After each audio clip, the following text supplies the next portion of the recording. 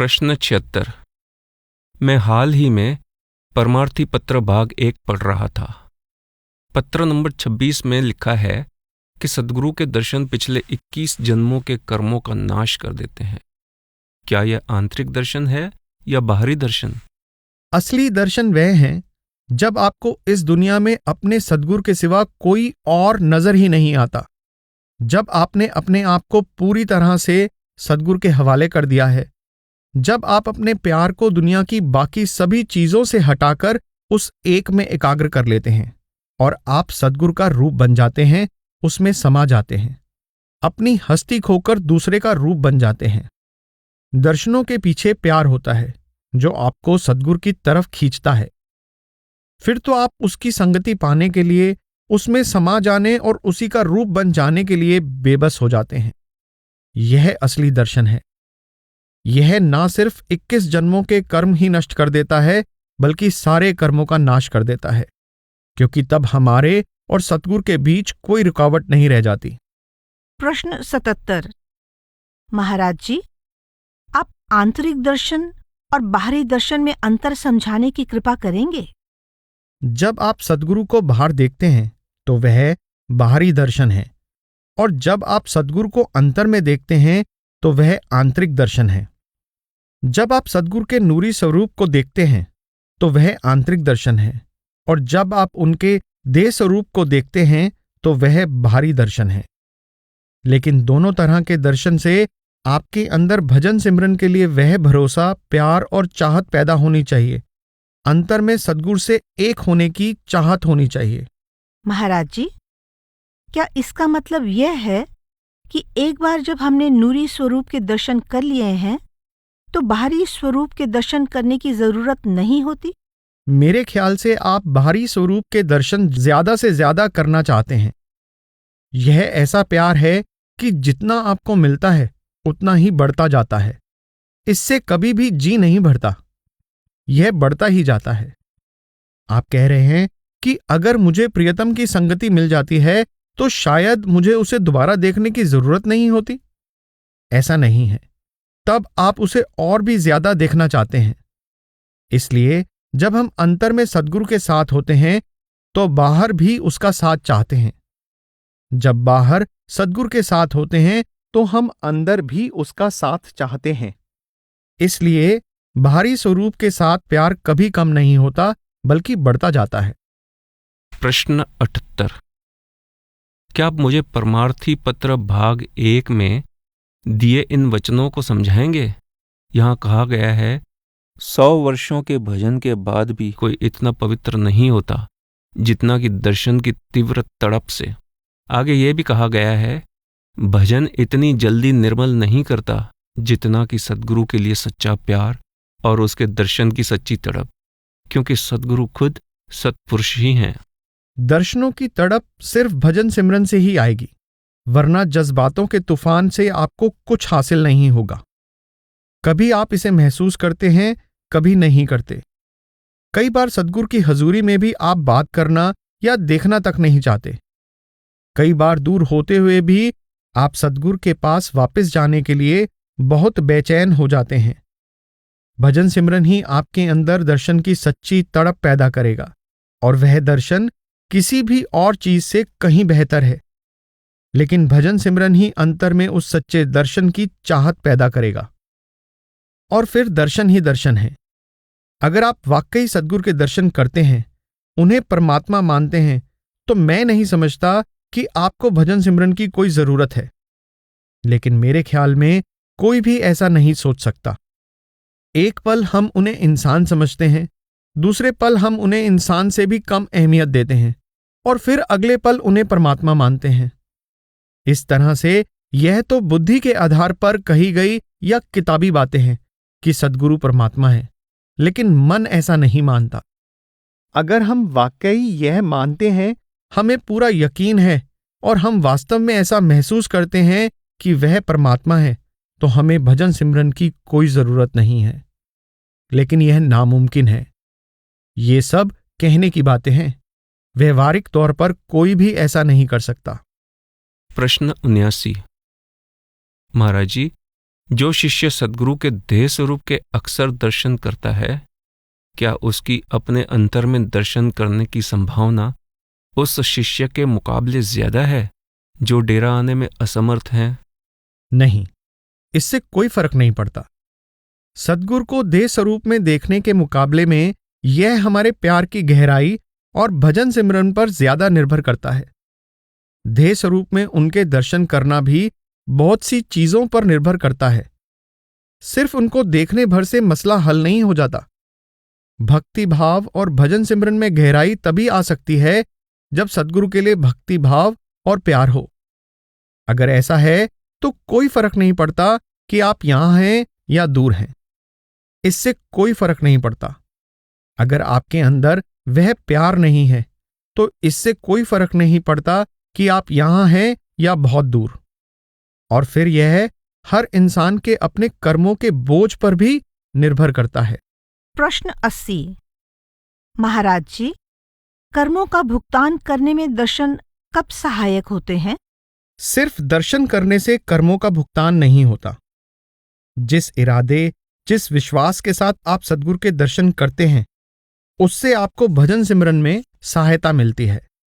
वह विश्वास, वह प्रेम की गहराई जो आपको सद्गुरु के दर्शन करने के लिए प्रेरित करती है, उससे आपको मदद मिलती है। मुझे बताया गया है कि सद्गुरु के दर्शन का एक पल 21 जन्मों के कर्म खत्म कर देता है। क्या यह आंतरिक दर्शन के लिए कहा गया है? लेकिन दर्शन के लिए कशिश कितनी है।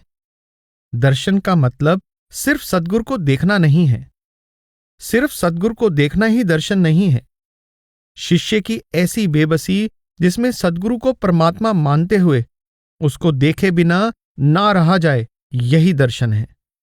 गुरु नानक साहिब ने कहीं लिखा है कि अगर आप अपने सद्गुरु को इस विश्वास के साथ देखते हैं कि वह परमात्मा है, तो वह दर्शन आपके सारे कर्मों को नष्ट कर देता है।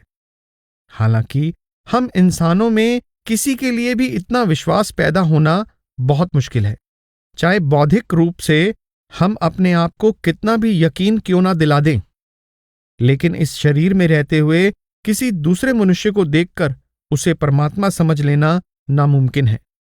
बौद्धिक स्तर पर चाहे हम यकीन कर भी लें, लेकिन दिल इसे मंजूरी देने के लिए कभी राजी नहीं होता। जो भी हो, दर्शन करने से हमें अपना भजन सिमरन करने में, ध्यान को बेहतर बनाने में और अपने ख्याल को अंतर में टिकाने में सहायता मिलती है, और इससे हमारा विश्वास, हमारा प्यार मजबूत होता है, जिससे भजन सिमरन में बहुत सहायता मिलती है। प्रश्न 81। महाराज जी, दिल्ली के सत्संग में आपके स्टेज पर आने से पहले एक सज्जन सत्संग कर रहे थे और उन्होंने अंग्रेजी में कहा कि सद्गुरु का दर्शन 21 जन्मों तक के सब कर्मों का नाश कर देता है। उन्होंने यह बात 80,000 लोगों के सामने कही। दर्शन से भाव है कि आप किसी से प्यार करते हैं और आप उसे देखे बिना नहीं रह सकते। आप उसे देखकर हमेशा खुश होते हैं और आप उसे देखते रहना चाहते हैं, क्योंकि आप उससे प्यार करते हैं। प्यार के बिना किसी व्यक्ति को सिर्फ देखना दर्शन बिल्कुल नहीं है। गुरु नानक साहिब इस बात को बहुत स्पष्ट करते हैं। वे कहते हैं कि जब आप सद्गुरु को परमात्मा समझकर, उसको परमात्मा मानकर दर्शन करते हैं, उसमें विश्वास, सच्चा विश्वास रखते हैं कि वह परमात्मा है, तो यह बात सही है कि ऐसे दर्शनों का गहरा असर होगा। लेकिन अगर आप सद्गुरु को एक इंसान की तरह देखते हैं, तो आप बस उसे देख रहे हैं। हो सकता है कि इससे किसी दिन प्रेम और भक्ति पैदा हो जाए, लेकिन आप पर वैसा असर नहीं होगा। इसलिए यह आपकी ग्रहणशीलता, आपके अपने नजरिए और सद्गुरु की ओर देखते समय आपके मन की भावना पर निर्भर करता है कि आप पर उनके दर्शन का क्या असर होता है। लेकिन क्या यह ग्रहणशीलता हमारी आंतरिक तरक्की पर निर्भर करती है? असली दर्शन वही है जब आप सद्गुरु के नूरी स्वरूप को देखते हैं, क्योंकि तब आपके अंदर सच्चा विश्वास आ जाता है, तब आपके अंदर सच्ची भक्ति पैदा हो जाती है और तब वह सच्चा प्रेम जागृत हो जाता है। तब आपको कोई इस रचना में वापस नहीं खींच सकता। 21 जन्मों का तो सवाल ही नहीं, तब लाखों जन्मों के कर्म भी आपको इस दुनिया में वापस नहीं ला सकते। आमतौर पर हम चेतना के उस स्तर या अवस्था तक पहुंचने के लिए मेहनत ही नहीं करना चाहते जहां असली दर्शन होते हैं, पर हम वह फायदा बाहर के दर्शन से प्राप्त करना चाहते हैं। असली दर्शन अंतर में होते हैं, जैसा कि हजरत ईसा ने बाइबल में समझाया है। जब मैं शरीर में हूं तो तुम्हारे मन में बहुत से सवाल हैं, बहुत से शक हैं, लेकिन जब मैं दोबारा आऊंगा और तुम मुझे देखोगे तब तुम्हारे कोई सवाल, कोई शक नहीं होंगे। यहां वे अंतर के दर्शन की बात कर रहे हैं। वे कहते हैं कि फिलहाल जब आप मुझसे सवाल पूछते हैं तो मैं आपको कोई ना कोई बहाना बनाकर टाल देता हूं, लेकिन जब तुम मुझे अंतर में देखोगे तो मैं तुम्हें टालूंगा नहीं। मैं आपको वही दूंगा जो आप चाहते हैं, लेकिन तब आप प्यार और भक्ति के सिवा और कुछ नहीं मांगेंगे। मांगने के लिए आपके मन में कोई सांसारिक इच्छा नहीं होगी। आपके अंदर सिर्फ उसी की चाहत होगी। आप उसमें इतने लीन होंगे कि आपको दुनिया की किसी और चीज की सुध ही नहीं रहेगी।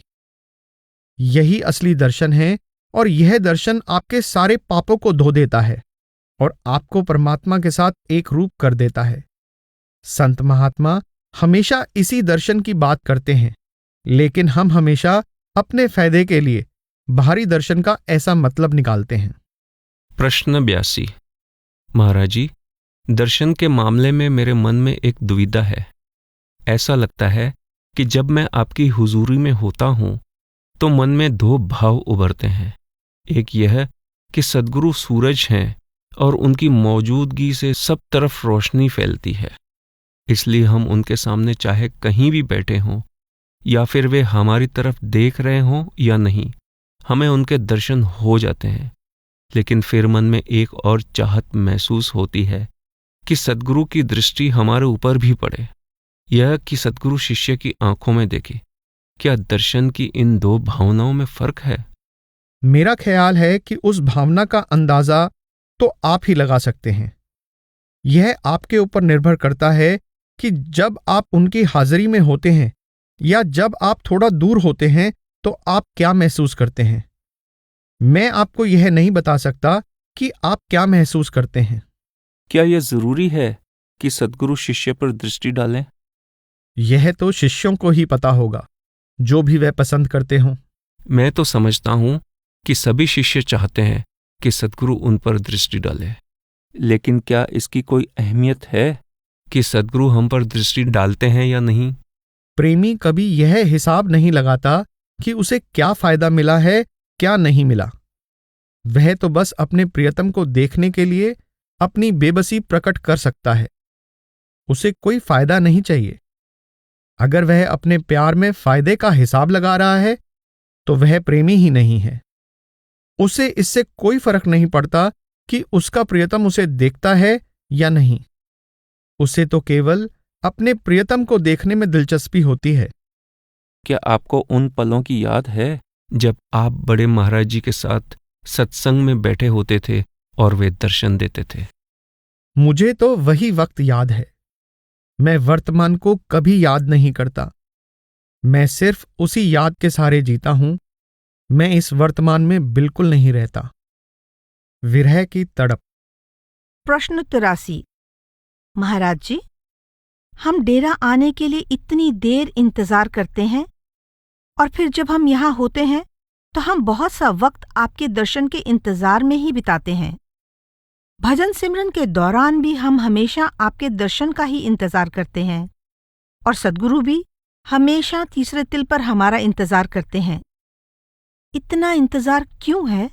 यह इंतजार क्यों है? क्योंकि हम बिछुड़े हुए हैं। हम अपने लक्ष्य से दूर हो गए हैं।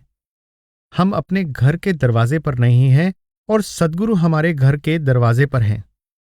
इसलिए हम दरवाजे तक पहुंचने का इंतजार कर रहे हैं। आओ घर के दरवाजे पर पहुंचे, तब और इंतजार नहीं करना पड़ेगा। प्रश्न 84। महाराज जी, जब आप हमारे देश से चले जाएंगे तो हम सबको आपकी बहुत कमी महसूस होगी। उस वक्त क्या आप हमें उस कमी से उभरने के लिए किसी तरह की सहायता या दिलासा दे सकते हैं? जैसा कि मैंने कल कहा था, क्या आपको यकीन है कि मैं जा रहा हूं? मैं जानता हूं कि आप हमेशा हमारे साथ होंगे, लेकिन मेरा मतलब आपके देह स्वरूप में यहां होने से है। जितना हम किसी की कमी को महसूस करते हैं, उतना ही हम उसके नजदीक होते हैं जिसकी कमी हमें खलती है।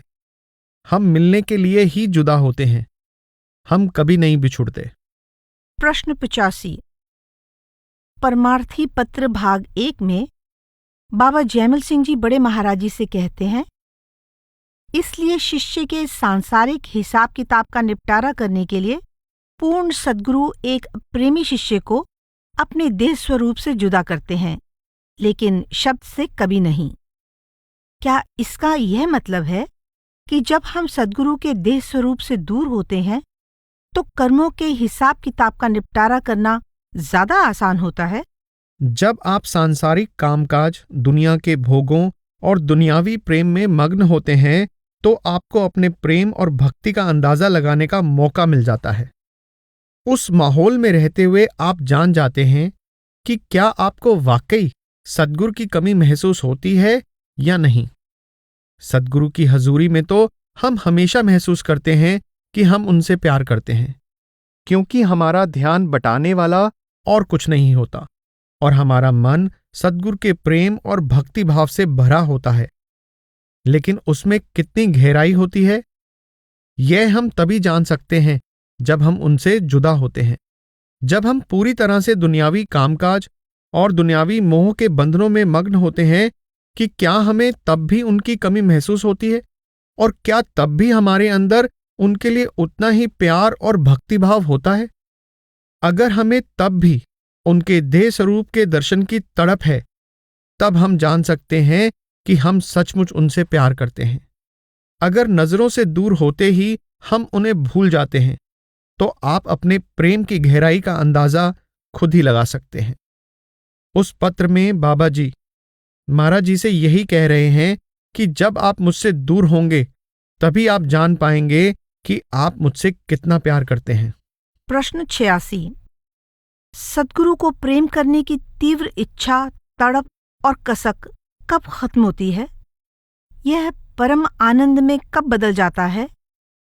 क्या यह भी तीसरे मंडल में जाने पर ही होता है? मेरा ख्याल है कि यह तड़प भी एक तरह की खुशी ही है। कोई प्रेमी इससे छुटकारा नहीं पाना चाहेगा। यह दर्द, यह प्रेम की कसक, प्रेमी की प्रियतम से जुदाई, वह इन सब से कभी छुटकारा नहीं पाना चाहता। इसमें कोई शक नहीं कि जब तक जुदाई है, तब तक तड़प भी है। जब यह मिलन में बदल जाती है, तो कौन तड़पता है और कौन प्रेम करता है? क्योंकि तब आपकी अपनी हस्ती नहीं रहती, आपकी अपनी कोई पहचान नहीं रहती, आप दूसरे में समा जाते हैं। तब आप होते ही नहीं। तब कौन प्रेम करे और कौन तड़पे? तड़प तब तक ही होती है जब तक जुदाई का पर्दा रहता है।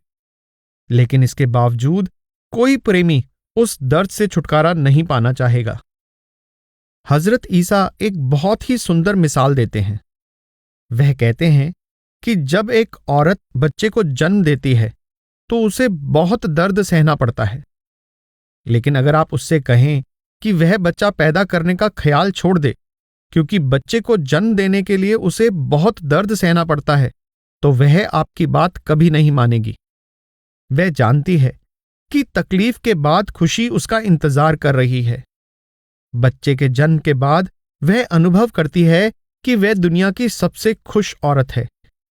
उस खुशी को पाने से पहले उसे उस पीड़ा को सहना पड़ता है। वह उस पीड़ा की परवाह नहीं करती, क्योंकि वह आने वाली खुशी के बारे में सोचती है। इसी तरह एक प्रेमी बिछोड़े के दुख की परवाह नहीं करता, वह बिछोड़े के बाद के मिलन के बारे में सोचता है। एक औरत बच्चे को जन्म देने से होने वाले दर्द से नहीं डरती, वह इसे सहन करने के लिए तैयार रहती है। इसी तरह एक प्रेमी जुदाई के दुख को सहने से नहीं डरता, क्योंकि वह मिलन के बारे में सोचता है। प्रश्न 87। महाराज जी, जब लोग कहते हैं संत मत एक तलवार की धार पर चलने के समान है, तो इसका क्या मतलब है?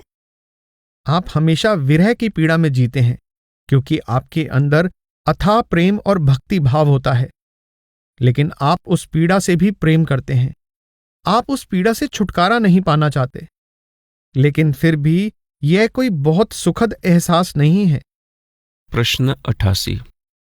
मेरे ख्याल से 1976 में आपने शाम की मीटिंग की समाप्ति पर कुछ ऐसा कहा था, मेरे विचार में सच्चे प्रेमी वे हैं जो विरह को मिलन से ज्यादा अहमियत देते हैं। क्या आप इस पर अपने विचार व्यक्त करेंगे? मीराबाई को अपने गुरु से प्रेम था। किसी ने मीराबाई से पूछा कि तुम उन्हें भूल क्यों नहीं जाती? तुम विरह में इतनी दुखी हो, इतने कष्ट में हो। उसने कहा, मुझसे यह प्रेम मत छीनो। मुझसे चाहे कुछ भी ले लो, पर मुझसे मेरे गुरु का प्रेम मत छीनो। मैं इस विरह से अलग होने के बजाय इसके साथ जीना चाहती हूं। उस प्रेम में सुख होता है और एक प्रेमी किसी भी कीमत पर उस विरह की पीड़ा से मुक्त होना नहीं चाहेगा। वह उस प्रेम के विरह में अपनी हस्ती मिटा देना चाहता है। वह विरह में ही जीना चाहता है। वह विरह की आग में जल जाना चाहता है। वह उससे छुटकारा नहीं पाना चाहता। एक प्रेमी के लिए विरह और मिलन एक ही है। प्रेमी अपने प्रेम से ही प्रेम करते हैं। वह किसी शख्सियत के साथ प्रेम नहीं करते। वह अपने प्रेम की कसक में खुश रहते हैं। जुदाई में कम से कम आपको यह तो पता चल जाता है कि आपके प्रेम में कितनी गहराई है। जब आप अपने प्रियतम को देख रहे होते हैं तो क्या केवल तभी प्रेम महसूस करते हैं, या जुदाई में भी आप वैसा ही प्रेम महसूस करते हैं, या फिर आप अपने प्रियतम को भूल जाते हैं? आंख से ओझल तो मन से ओझल। मीराबाई जानती है कि उनकी पीड़ा में भी सुख है। उनके सारे सुख की बुनियाद वह दर्द और पीड़ा है। इसलिए कई बार हमें जुदाई का दर्द सहना पड़ता है। हजरत ईसा ने कहा था कि वे लोग खुशकिस्मत हैं जो शोक मनाते हैं, क्योंकि उन्हीं को राहत मिलेगी। जो उसकी कमी महसूस करते हैं, जो उसके लिए तड़प रहे हैं, उनके लिए मिलन कहाँ है? वे परमपिता परमात्मा के पास वापस जाने की कोशिश करते हैं, लेकिन इस समय वे बिछुड़े हुए हैं। उन्होंने कहा था कि खुशकिस्मत हैं वे लोग जो उसके लिए तड़प रहे हैं, जो उसके साथ प्रेम करते हैं, जो उसके प्रेम में फना हो गए हैं। जब सोना तैयार किया जाता है तो आग सब मलिनताएं जला देती है और उसमें से सोना निकल आता है। धातु को सोना बनने के लिए आग की तपिश से गुजरना होता है। इसलिए यह जरूरी नहीं है कि प्रेम में हमेशा मिलन ही हो। विरह की अपनी भूमिका है। विरह के बिना मिलन कभी पूरा नहीं होता। प्रश्न 89। महाराज जी, यह विरह की पीड़ा, वह पीड़ा जिसने मीराबाई को प्रेरित किया, क्या वह सच्ची पीड़ा थी या फिर अपनी कविताओं में अभिव्यक्ति का उनका एक तरीका था? जब तक प्यार ना हो तब तक असली तड़प कभी नहीं आती। संत महात्मा अपने दिल की जुबान बोलते हैं। उनके बोल जबान से नहीं निकलते, वे कलम से नहीं लिखे जाते। यह तो दिल से निकलते हैं और दिल से ही लिखे जाते हैं। और संत महात्मा इन्हीं भावों को अभिव्यक्त करते हैं। दर्द सहे बिना दर्द को कोई नहीं जान सकता। उस पीड़ा का अनुभव सिर्फ मालिक की कृपा से होता है। जब वह अंतर में अपनी ओर खींचता है तब कुछ ऐसा ही होता है जैसा मीराबाई ने लिखा है। जब तक वह अंतर से कशिश ना दे तब तक पीड़ा महसूस नहीं होती। प्रश्न 90। महाराज जी, क्या आप हमें सद्गुरु और शिष्य के बीच जुदाई की अहमियत के बारे में बताएंगे? दरअसल बात यह है कि हम सद्गुरु से प्यार करते हैं और हम उसके बिना नहीं रह सकते। हम उसकी संगति चाहते हैं। हम हालात की वजह से अलग हो गए हैं, इसलिए देह स्वरूप में हम उसके साथ नहीं हो सकते। फिर उसका साथ पाने का और क्या तरीका है? यही कि उसे अपने अंतर में ढूंढें। अगर उसे ढूंढने के लिए हम अपने ख्याल को अंदर की ओर मोड़ें, उसे अंतर में खोजने के लिए अपने ख्याल को भजन सिमरन की ओर मोड़ें, तब उस जुदाई से जरूर मदद मिलती है। अगर उस जुदाई में हम सद्गुरु को भूल जाते हैं और यह हमें इंद्रियों के भोगों की तरफ, दुनिया की तरफ, दुनियावी चाहतों की तरफ, दुनियावी पदार्थों की तरफ ले जाती है, तो ऐसी जुदाई से कोई मदद नहीं मिलती। अगर हमारा प्यार गहरा है और हम दूसरी सब चीजों से विरक्त हैं और बाहर से वह हमें नहीं मिलता, फिर तो हमें उसको अपने अंदर ही खोजना है। इसके अलावा कोई रास्ता ही नहीं है। ऐसे में विरह सहायक होती है, क्योंकि इस मार्ग पर चलते हुए हमारा सद्गुरु के साथ अटूट संबंध बन जाता है। हमें अपने अंदर ही सद्गुरु की संगति मिल जाती है। अगर जुदाई की वजह से हम उपदेश को ही भूल जाते हैं, सद्गुरु को ही भूल जाते हैं और मार्ग से ही भटक जाते हैं, तब जुदाई से कोई फायदा नहीं होता। प्रश्न 91। महाराज जी, मेरा सवाल आंतरिक और बाहरी सद्गुरु के बारे में है। मैं समझती हूँ कि आप आंतरिक सद्गुरु से संपर्क करने का उपदेश देते हैं और यह भी बताते हैं कि बाहरी और आंतरिक सद्गुरु आखिर में एक ही हैं। मेरी समस्या यह है कि मैं आपसे, आपकी शख्सियत से, यानी निजी रूप से और ज्यादा प्यार करने लगती हूँ। इस वजह से मैं अपना संतुलन कायम नहीं रख पाती हूँ, क्योंकि मैं आपका निजी ध्यान पाने की इच्छा किए बिना नहीं रह सकती। मैं एहसान फरामोश नहीं हूँ, लेकिन फिर ये दो ताकतें मुझे एक ही वक्त में खींचती हैं और दूसरी ओर मैं शुक्रगुजार होने की कोशिश भी कर रही हूँ। देह स्वरूप सद्गुरु के प्यार को हमें अंत में आंतरिक सद्गुरु के प्यार की तरफ ले जाना चाहिए। हमें इस प्यार का रुख भजन सिमरन की तरफ मोड़ना चाहिए और उस अवस्था में पहुंचने की कोशिश करनी चाहिए जहां हमेशा अपने सद्गुरु की संगति में रह सके। इन भावनाओं के द्वारा हमें बाहरमुखी नहीं होना चाहिए, इनके द्वारा हमें अंतर्मुखी होना है। इस भक्ति भाव से हमें बाहर भटकने की बजाय अपने अंतर में ही अपना लक्ष्य हासिल करने में मदद मिलनी चाहिए। प्रश्न 92। महाराज जी, परमार्थी पत्र भाग 1 में से 2 उद्धरण हैं जिनके बारे में मैं पूछना चाहूँगा। पहला है, दर्शन के लिए सच्ची तड़प परमात्मा की प्राप्ति का मुख्य साधन है, और दूसरा है, 100 वर्षों के भजन के बाद भी कोई इतना निर्मल नहीं होता जितना कि दर्शन की तीव्र तड़प से, बशर्ते कि वह तड़प असली और सच्ची हो। मेरा सवाल है कि इसका मतलब आंतरिक दर्शन से है या देह स्वरूप के दर्शन से, और यह सच्ची तड़प कैसे पैदा की जाती है? अगर आपके अंदर बाहरी दर्शन के लिए तड़प है, तो अंत में यह आपको आंतरिक दर्शन की तड़प के लिए प्रेरित करेगी। हजरत ईसा ने कहा था कि वे लोग खुशकिस्मत हैं जो शोक मनाते हैं, क्योंकि उन्हीं को राहत मिलेगी। वही लोग सौभाग्यशाली हैं जो शोक मनाते हैं, जो परमपिता परमात्मा की जुदाई को महसूस करते हैं और जो उससे एक रूप होने के लिए तड़प रहे हैं। शोक तभी होता है जब हम जुदाई सहन नहीं कर सकते, तभी हम रोते और शोक मनाते हैं। इसलिए वे ही भाग्यवान हैं जिनमें सच्ची तड़प है और परमपिता परमात्मा के पास वापस जाने की चाहत है। अंत में उन्हीं को राहत मिलेगी। वे ही परमात्मा के पास वापस पहुंच पाएंगे। बाहरी और आंतरिक दर्शन के बारे में हजरत ईसा ने बहुत रहस्यमय ढंग से इशारा किया है, जब वे कहते हैं कि मेरा जाना तुम्हारे लिए अच्छा है, क्योंकि मैं तुम्हारे लिए सहायक भेज सकूंगा। सद्गुरु का देह स्वरूप को छोड़ना शिष्य के हित में कैसे हो सकता है? क्योंकि देह स्वरूप के द्वारा शिष्य के मन में प्रेम और भक्ति पैदा होती है, लेकिन उसका यह देह स्वरूप सदा के लिए यहां नहीं रह सकता। इसलिए वह खुद अपने आप को शिष्य से दूर कर देता है। जो प्रेम और भक्ति वह शिष्य के हृदय में पैदा कर देता है, उसके कारण शिष्य के पास अब और कोई चारा नहीं रह जाता सिवाय इसके कि वह अपने सद्गुरु को अंतर में ढूंढे।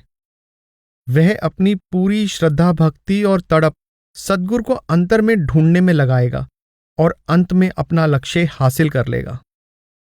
इसलिए यह शिष्य के हित में है कि सद्गुरु उसे छोड़ जाएं, क्योंकि इसमें कोई शक नहीं है कि शिष्य सद्गुरु के देह स्वरूप से प्यार करता है। वह सद्गुरु के पीछे पीछे घूमता है, लेकिन वह कब तक देह स्वरूप का सहारा ले सकता है? जब वह सद्गुरु की संगति पाना चाहता है तो उसके पास अंतर की ओर रुख करने और उसे वहां ढूंढने के अलावा और कोई चारा नहीं रहता। इसलिए भारी स्वरूप उस लक्ष्य तक पहुंचने का एक जरिया है। देह स्वरूप का उद्देश्य हमारे अंदर वह प्रेम और भक्ति पैदा करना है और अंत में उसके जरिए आंतरिक दर्शन तक पहुंचना है। यही सच्चा प्रेम और सच्ची भक्ति है। बाबा जी यानी बाबा जैमल सिंह जी ने भी इसी बात का जिक्र किया है। प्रश्न 93। महाराज जी, आपने फरमाया है कि जब सद्गुरु देह स्वरूप में हो तो हम ज्यादा तरक्की कर सकते हैं, क्योंकि सद्गुरु बाहर से भजन सिमरन करने की प्रेरणा देते हैं और अंदर अपनी कशिश देते हैं। और कहीं यह भी लिखा है कि जब सद्गुरु शरीर त्याग देते हैं तो वे अंतर से हमें और भी ज्यादा कशिश देते हैं। आप इन दो बातों को ठीक तरह से नहीं समझ पाई हैं। जब मैंने कहा था कि हम शरीर में रहते हुए ज्यादा तरक्की कर सकते हैं, तो मेरे कहने का मतलब यह था कि इस वक्त जब हम मनुष्य शरीर में हैं तो हम ज्यादा तरक्की कर सकते हैं बनिस्बत मरने के बाद, जब हम आंतरिक मंडलों में चले जाते हैं। दूसरी बात को हजरत ईसा ने भी यह कहकर समझाया है कि मेरा जाना तुम्हारे लिए अच्छा ही है। वे कहते हैं कि मेरे देह धारण करने का यही कारण था कि तुम्हारे अंदर मेरे लिए जो प्यार है उसके द्वारा तुम परमपिता परमात्मा के प्रेम और भक्ति में सराबोर हो जाओ। मैंने तुम्हें रास्ता दिखा दिया है, मार्ग बता दिया है, और अब तुम मेरे देह स्वरूप से इतना प्यार करने लगे हो कि तुम अंतर में होली घोस्ट यानी शब्द की ओर ध्यान नहीं दे रहे। तुम्हारा मेरी देह से इतना प्यार हो गया है कि तुम अपने अंतर में मेरे नूरी स्वरूप तक पहुंचने की कोशिश ही नहीं कर रहे।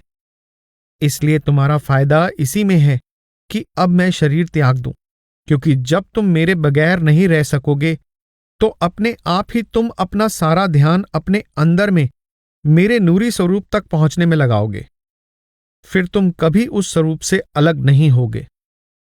सद्गुरु के देह स्वरूप का एक खास मकसद है, एक खास कार्य है। जैसा कि हजरत ईसा कहते हैं कि अब तुम्हें मालूम है कि मैं कहां जा रहा हूं, तुम्हें मालूम है कि मुझ तक कैसे पहुंचना है। इसलिए जब तक तुम अपना ध्यान अंदर की तरफ नहीं मोड़ोगे, तुम कभी अपनी मंजिल तक नहीं पहुंच सकोगे, क्योंकि तुम हमेशा बाहर मेरे पीछे भागते रहोगे। हजरत ईसा यही समझाने की कोशिश कर रहे हैं कि तुम्हारा भला इसी में है कि तुम मुझे अंदर खोजने की कोशिश करो। प्रश्न 94। महाराज जी, क्या सद्गुरु के लिए चाहत और तड़प सद्गुरु के दर्शन के समान ही है? जी हां, चाहे आपको सद्गुरु के दर्शन करने का मौका ना भी मिले, पर अगर आपके अंदर दर्शन करने की सच्ची चाह और तड़प है तो आपको उसका वही फल मिलेगा। परमार्थी पत्र भाग 1 में बाबा जैमल सिंह जी का बड़े महाराज जी को लिखा पत्र पढ़कर देखें। महाराज जी यानी महाराज सावन सिंह जी ने लिखा है कि वे बाबा जी यानी बाबा जैमल सिंह जी के दर्शन के लिए तड़प रहे थे। तब बाबा जी ने जवाब दिया कि जो चाहत और तड़प वे महसूस कर रहे थे वे वैसे ही है मानो उन्होंने उनके दर्शन कर लिए हों। आखिरकार अहमियत तो प्यार की है। हो सकता है कि जब आप सद्गुरु की हजूरी में हों तब वह तड़प ना हो। ऐसे दर्शन भावहीन और बेमायने हैं, जबकि उनसे हजारों मील दूर होने पर भी आपके अंदर उनके साथ होने की बहुत तीव्र तड़प और चाहत हो सकती है। ऐसी भावना की अहमियत कहीं ज्यादा है। इस तरह अहम बात तो प्यार ही है। हर बात में हिसाब किताब लगाना, हर बात में फायदा देखना, यह पश्चिमी नजरिया संत मत में मायने नहीं रखता। प्रेमी कभी हिसाब नहीं लगाता कि उसे प्रेम से क्या फायदा होगा। वह बस प्यार करना जानता है और यह कुदरती बात है कि वह और किसी चीज की परवाह नहीं करता। संतमत प्यार के अलावा और कुछ नहीं है। भजन सिमरन वह प्यार पैदा करता है, इसके साथ साथ दर्शन से भी वह प्यार पैदा होता है। ये सब चीजें जो प्यार पैदा करती हैं, आखिर में हमें परमात्मा के पास वापस लेकर जाती हैं। दरअसल प्यार है क्या? अपनी हस्ती को खो देना और दूसरे की हस्ती में समा जाना ही प्यार है। अपनी हस्ती, अपनी खुदी को खोकर दूसरे का रूप बन जाना, यही प्यार है। उसके बाद आपका अपना वजूद नहीं रहता, सिर्फ प्रियतम का वजूद होता है। कबीर साहिब बहुत खूबसूरत ढंग से फरमाते हैं कि जब मेरा अलग वजूद था और तुम्हारी हस्ती अलग थी, तो मैं तुम्हें नहीं जानता था। अब केवल तुम हो और मेरा कोई वजूद नहीं है, क्योंकि आप अपनी हस्ती को खो देते हैं। गुरु नानक साहिब ने इसे शब्द में मरने का नाम दिया है। जब हम मरते हैं तो हमारी हस्ती खत्म हो जाती है, हम दूसरे में विलीन हो जाते हैं और हमारा वजूद ही नहीं रहता। हर पहलू से, शारीरिक रूप से और किसी और रूप में भी हमारी हस्ती नहीं रहती। यही मरना है। इसलिए वे कहते हैं कि जब आप शब्द में मर जाते हैं तो आप पूरी तरह से अपने आप को शब्द में विलीन कर देते हैं, तब आपका वजूद नहीं रहता। यही सच्चा प्यार है। अनेक संत महात्माओं ने इसी तरह के शब्दों का इस्तेमाल किया है। इस मरने का मतलब शरीर की मौत नहीं है, यह अपनी हौमे, अपनी मैं मेरी को खत्म करना है। आप वही करते हैं जो आपके प्रियतम को भाता है। आप कभी वह काम नहीं करते जो उसे नाराज करता है। आप वही करते हैं जो आपका प्रियतम चाहता है। तब आपका कोई वजूद नहीं होता। इसीलिए हम कहते हैं कि परमात्मा प्रेम है और प्रेम परमात्मा है। अंत में हमारा प्यार हमें परमात्मा में समा जाने और अपनी हस्ती, अपनी खुदी को मिटा देने में हमारी सहायता करता है। प्रश्न 95। हम यहाँ आते हैं और देह स्वरूप सद्गुरु से इतना प्यार करने लगते हैं और फिर कुछ वक्त के बाद हमें अपने अपने देश वापस जाना पड़ता है। क्या यही प्यार हमारे अंदर भजन सिमरन के लिए, सद्गुरु के लिए तड़प पैदा करता है? देह स्वरूप सद्गुरु का मकसद है हमें परमपिता परमात्मा के प्रेम और भक्ति में सराबोर करना, हमें संत मार्ग पर लाना और सद्गुरु से एक रूप होने के लिए गहरी तड़प पैदा करना। कुदरती बात है कि जब सद्गुरु देह स्वरूप में हमारे बीच होते हैं तो हम उनके पीछे भागते फिरते हैं, हमें शांति और खुशी महसूस होती है। लेकिन यह केवल किसी बहुत ऊंची चीज को प्राप्त करने का केवल साधन है। कभी कभी यह हमारे हित में होता है कि हम सद्गुरु से दूर हों, क्योंकि जब हम उन्हें बाहर नहीं देख सकते तो हमारे पास उन्हें अपने अंतर में ढूंढने के अलावा और कोई चारा नहीं होता। जैसा कि हजरत ईसा ने कहा है, तुम मार्ग जानते हो, तुम रास्ता जानते हो और मैं तुम्हारे पास फिर से आऊंगा। थोड़ी देर बाद मैं फिर से आऊंगा, लेकिन असल में मैं कहीं नहीं जा रहा हूं, मैं तुम्हारे अंतर में हूं। मेरी तलाश अपने अंतर में करो और मैं तुम्हारे पास फिर से वापस आऊंगा। कई बार यह हमारे हित में होता है कि हमें दूर रखा जाए, क्योंकि सद्गुरु का देह स्वरूप अपना काम पूरा कर चुका होता है। अब आंतरिक सद्गुरु ने भी हमें अपने स्तर पर खींचना है। इतिहास बताता है कि हमारे सिख गुरुओं ने कई साल तक अपने शिष्यों को अपने से दूर रखा। उनका कोई कसूर नहीं था, लेकिन उनमें और ज्यादा तड़प, प्रेम और श्रद्धा पैदा करने के लिए, उन्हें बहुत ही श्रेष्ठ कार्य के लिए तैयार करने के लिए यह एक प्रकार का ईश्वरीय विधान था। बुल्ले शाह को ना जाने कितने सालों तक अपने सद्गुरु के पास नहीं आने दिया गया था। प्रश्न 96। महाराज जी, क्या सभी शिष्यों को इस कष्टदायक तड़प का अनुभव करना पड़ेगा? क्या शिष्य होने के नाते हम सभी इसी जीवन काल में, इस स्थूल शरीर में ऐसी तड़प का अनुभव करेंगे? मैं नहीं जानता कि आपका तड़प से क्या मतलब है। जितना ज्यादा वक्त हम भजन सिमरन को देते हैं, उतना ही हमारा प्रेम दृढ़ होता है, पनपता है, हम भक्ति भाव से भर जाते हैं। मेरा अपना विचार है कि जितना ज्यादा वक्त हम भजन सिमरन को देते हैं, उतना ही बिछोड़े का दुख हमें महसूस होता है। आप जितना बिछोड़े का दुख महसूस करते हैं, उतना ही अंतर में तरक्की करते हैं, क्योंकि आखिरकार विरह की यह पीड़ा ही आपको उस हस्ती से, उस मालिक से एक रूप कर देगी। अगर आपको प्यास नहीं है तो आप पानी की तलाश करने नहीं जाएंगे। जितनी ज्यादा प्यास आपको लगती है उतना ही आप पीने के लिए पानी की खोज करेंगे। इसलिए भजन सिमरन भी उस दर्द को, विरह की पीड़ा को पैदा करता है। इसीलिए हजरत ईसा ने कहा था कि वे लोग खुशकिस्मत हैं जो शोक मनाते हैं, क्योंकि उन्हीं को राहत मिलेगी, चैन मिलेगा। जो शोक मनाते हैं, जो परमपिता परमात्मा की जुदाई को महसूस करते हैं, वे भाग्यशाली हैं, वे खुशकिस्मत हैं। वे आत्मा के आवागमन के चक्र से एक शरीर से दूसरे शरीर में, एक योनि से दूसरी योनि में भटकने से छुटकारा पा लेंगे। वही लोग भाग्यशाली हैं जो उस बिछोड़े के दुख को महसूस करते हैं। भजन सिमरन से यह दुख और गहरा हो जाता है। प्रश्न 97।